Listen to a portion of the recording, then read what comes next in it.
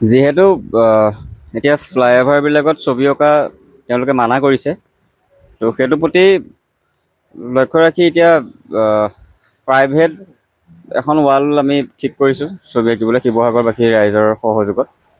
আৰু যিহেতু সেই ছবিখন সম্পূৰ্ণ কৰিব পৰা নাছিলোঁ সেইদিনাখন, সময় হাতত কম আছিলে, সকলোৱে জানেই সেই বিষয়ে।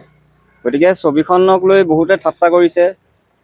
তো মই ভাবোঁ যে জুবিনদাৰ আধাখুৰীয়া ছবিখন সম্পূৰ্ণ কৰিবই লাগিব। তো সেইকাৰণে আহিছোঁ। কেতিয়া আহিছিলা? ছবিখন এতিয়া ৰাতিটোৰ ভিতৰত আঁকি শেষ কৰিবলৈ চেষ্টা কৰিম। শিৱসাগৰ মাছমজিয়াত দৰবাৰ ৰোডৰ এখন দোকানৰ কিনাৰত। ইয়াৰ পিছত পৰিকল্পনা মই ভাবিছোঁ যে গাঁওবিলাকত ল'ৰা ছোৱালীবিলাকৰ লগত গৈ ছবি অঁকা, কথা বতৰা পতা, তেনেকুৱা ধৰণৰ এটা পৰিকল্পনাৰ কথা ভাবিছোঁ।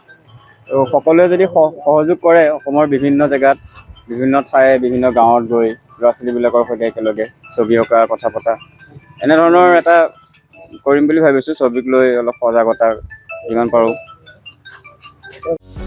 যিকোনো খবৰৰ বাবে যোগাযোগ কৰক আমাৰ এই নম্বৰত 9181 307 221।